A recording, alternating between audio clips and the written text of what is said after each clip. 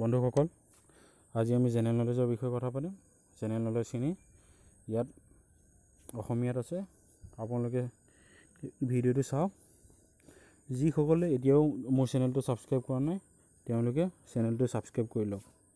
এতিয়া আমি কুৱেশ্যনলৈ। ফাৰ্ষ্ট কুৱেশ্যনটো হ'ল,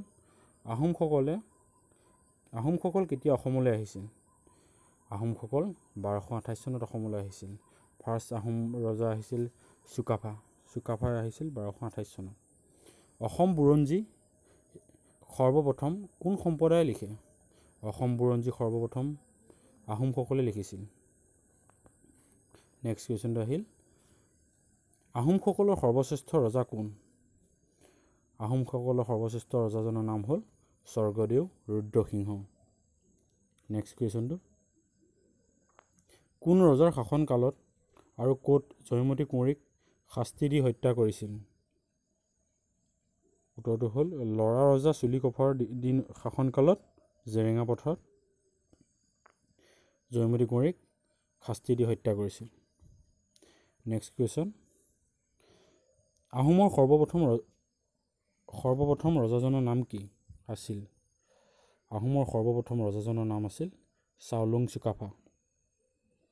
নেক্সট কুৱেশ্যন, আহোম ৰাজত্বৰ সোণালী যুগত দেশদ্ৰোহীৰ আখ্যা পোৱা বদন বৰফুকনক কোনে হত্যা কৰিছিল?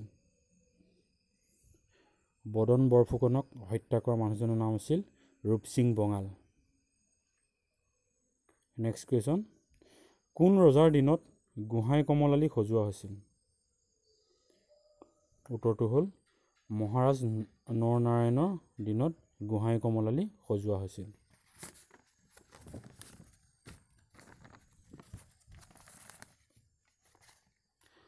বিষ্ণুৰাভা কলাগুৰু উপাধি কোনে প্ৰদান কৰিছিল? বিষ্ণুৰাভা কলাগুৰু উপাধি প্ৰদান কৰিছিল সেই সময়ৰ কাশী হিন্দু বিশ্ববিদ্যালয়ৰ তৎকালীন উপাচাৰ্য ডক্টৰ সৰ্বপল্লী ৰাধাকৃষ্ণনে। নেক্সট কুৱেশ্যন, কোনটো হিমবাহৰ পৰা ব্ৰহ্মপুত্ৰ নদী উৎপত্তি হৈছে? তামচুক খাম্বাৰ হিমবাহৰ পৰা ব্ৰহ্মপুত্ৰ নদী উৎপত্তি হৈছে। নেক্সট কুৱেশ্যন, হাজোৰ পুৱামক্কা কোনে সজাইছিল? হাজোৰ পুৱামক্কা কোনে সজাইছিল? হাজোৰ পুৱামক্কা সজাইছিল গিয়াছুদ্দিন আউলিয়াই। নেক্সট কুৱেশ্যন, ব্ৰহ্মপুত্ৰৰ ওপৰত সজা অসমৰ প্ৰথমখন দলঙৰ নাম কি? প্ৰথমখন দলঙৰ নাম হ'ল শৰাইঘাট দলং।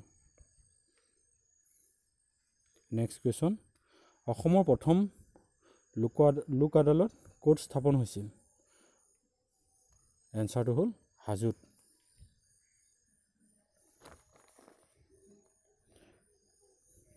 অসমৰ প্ৰথম ছপাশালখনৰ নাম কি? অসমৰ প্ৰথম ছপাশালখনৰ নাম হ'ল মিছন প্ৰেছ। শিৱসাগৰত স্থাপন হৈছিল। অসমৰ কোনখন ঠাই কাঁহ শিল্পৰ বাবে বিখ্যাত? কাঁহ শিল্পৰ বাবে বিখ্যাত ঠাইখনৰ নাম হ'ল সৰ্থেবাৰী। বৰপেটাত আছে সৰ্থেবাৰী।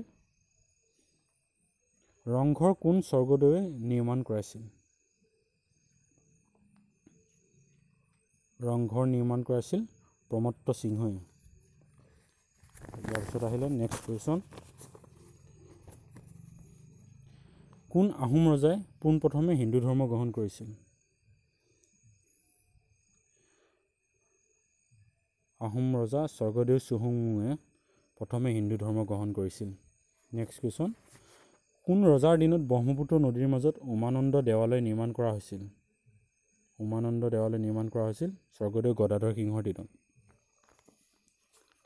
নেক্সট কুৱেশ্যন, মূলা গাভৰুৰ স্বামীৰ নাম কি? মূলা গাভৰুৰ স্বামীৰ নাম হ'ল ফ্ৰাচেনমুং বৰগোহাঁই। নেক্সট কুৱেশ্যন, কোন আহোম ৰজাই অসমত প্ৰথম মুদ্ৰাৰ প্ৰচলন কৰিছিল? স্বৰ্গদেউ ৰুদ্ৰসিংহই অসমত প্ৰথম মুদ্ৰাৰ প্ৰচলন কৰিছিল। নৰনাৰায়ণৰ ভাতৃ সেনাপতি চিলাৰায়ৰ আচল নাম কি? শুক্লধ্বজ। পৰীক্ষাত আহিব পাৰে, নৰনাৰায়ণৰ ভাতৃৰ নাম কি আছিল? তেতিয়া শুক্লধ্বজে হ'ব। নেক্সট কুৱেশ্যন, কোনজন বিখ্যাত বিদেশী পৰিব্ৰাজক মুখ্যদেৱ বুলি কোৱা হয়? উত্তৰটো হ'ল হিউৱেন চাং। হিউৱেন চাঙক মুখ্যদেৱ বুলি কোৱা হয়। হিউৱেন চাং আহিছিল অসমলৈ ভাস্কৰ বৰ্মনৰ দিনত। বিখ্যাত শৰাইঘাটৰ ৰণ কোন চনত হৈছিল? বিখ্যাত শৰাইঘাটৰ ৰণ 1671 চনত হৈছিল। প্ৰশ্নটো আহিব পাৰে, শৰাইঘাটৰ ৰণ কাৰ কাৰ মাজত হৈছিল? শৰাইঘাটৰ ৰণ হৈছিল মোগল আৰু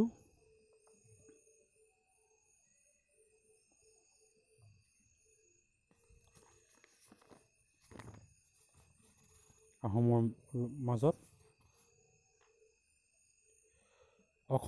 নেক্সট কুৱেশ্যন, অসম কেতিয়া ইংৰাজৰ হাতলৈ যায়? 1826 চনৰ ইয়াণ্ডাবু সন্ধিৰ চৰ্ত অনুসৰি অসম ইংৰাজৰ হাতলৈ যায়। প্ৰশ্নটো আহিব, ইয়াণ্ডাবু সন্ধিৰ চুক্তি কেতিয়া হৈছিল? ইয়াণ্ডাবু সন্ধিৰ চুক্তি হৈছিল 1826 চনত। আকৌ কুৱেশ্যনটো এনেকৈ সুধিব পাৰে, 1826 চনত কাৰ কাৰ মাজত ইয়াণ্ডাবু সন্ধিৰ চুক্তি হৈছিল? ইয়াণ্ডাবু সন্ধিৰ চুক্তি হৈছিল মানসকল আৰু ইংৰাজসকলৰ মাজত। নেক্সট কুৱেশ্যন, কোন আহোম ৰজাৰ দিনত প্ৰথম মোৱামৰীয়া বিদ্ৰোহ হৈছিল? স্বৰ্গদেউ লক্ষ্মীসিংহৰ দিনত। নেক্সট, মণিৰাম দেৱানক কিমান চনত ফাঁচি দিয়া হৈছিল? মণিৰাম দেৱানক ফাঁচি দিয়া হৈছিল 1858 চনত। হস্তি বিদ্যাৰ্ণৱ গ্ৰন্থখন কোনে ৰচনা কৰিছিল? হস্তি বিদ্যাৰ্ণৱ গ্ৰন্থখন ৰচনা কৰিছিল সুকুমাৰ বৰকাইটে। নেক্সট, কোন চনত অসমৰ ৰাজধানী দিছপুৰলৈ স্থানান্তৰ কৰা হয়? অসমৰ ৰাজধানী দিছপুৰলৈ স্থানান্তৰ কৰা হয় 1973 চনত। বিদেশী বহিষ্কাৰৰ দাবীত অসমৰ ছাত্ৰসকলে কোন চনত অসম আন্দোলন আৰম্ভ কৰিছিল? অসম আন্দোলন আৰম্ভ হৈছিল 1979 চনত। নেক্সট কুৱেশ্যন, অসমৰ মাটিকালি কিমান? অসমৰ মাটিকালি প্ৰায় 68,438 বৰ্গ কিলোমিটাৰ। নেক্সট কুৱেশ্যন, অসমৰ সৰ্বমুঠ জিলা কেইখন? অসমৰ সৰ্বমুঠ জিলা 32খন।